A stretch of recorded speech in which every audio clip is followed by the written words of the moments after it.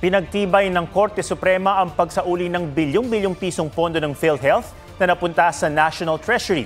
Void o unconstitutional para sa mga maestrado ang mga ginawang basihan ng gobyerno sa lipat pondo. Pag-aaralan ng gobyerno ang ruling bagamat tatalima raw, lalo't na unang iniutos ni Pangulong Marcos ang pagsauli ng pera. May report si Jonathan Andal. Nagkaisa ang mga mahistrado ng Supreme Court. Dapat ibalik sa PhilHealth ang pinalipat na 60 billion pesos na pondo nito sa National Treasury. The Supreme Court, through the ponentia of Associate Justice Amy C. Lazaro Javier, unanimously ordered the return of PhilHealth funds. Noong 2024, pinareremit sa PhilHealth ang halos 90 billion pesos na sobra umanong pondo na hindi ginagamit ng ahensya.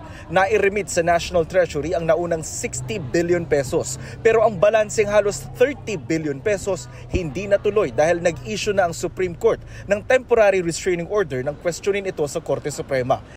Sa desisyon ngayon ng Supreme Court en banc, idineklara nitong walang bisa ang special provision sa 2024 General Appropriations Act at ang circular ng Department of Finance na ginamit na basihan ng gobyerno para sa paglipat ng pondo ng PhilHealth sa National Treasury dahil nakitaan nila ng grave abuse of discretion ang pagpapatupad nito.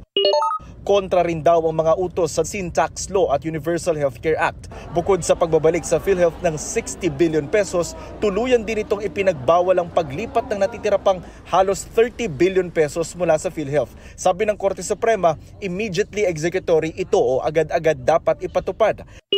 Tinanggihan naman ng Korte ang hiling ng mga petitioner na tukuyin ang criminal liability o pananagutan ni dating Finance Secretary at ngayon Executive Secretary Ralph Recto para sa technical malversation o kaya ay plunder. The Supreme Court said that this was not the proper proceeding to determine the criminal liability of the Secretary of Finance. Sabi ni Recto, ginagalang nila ang desisyon ng Korte at susunod daw ang ehekutibo sa utos ng SC. Giit pa ni Recto, sumunod lang ang ehekutibo sa direktiba ng Kongreso at naniniwala sila na isa itong paraan para sulitin ang paggamit sa kaban ng gobyerno ng hindi nangungutang o nagpapataw ng bagong buwis. Iginagalang din ng Malacanang ang desisyon ng Korte Suprema. I-review daw ng Office of the Solicitor General ang ruling at saka magdidesisyon sa susunod na akbang, kabilang ang paghahain ng motion for reconsideration. Jonathan Andal, nagbabalita para sa GMA Integrated News.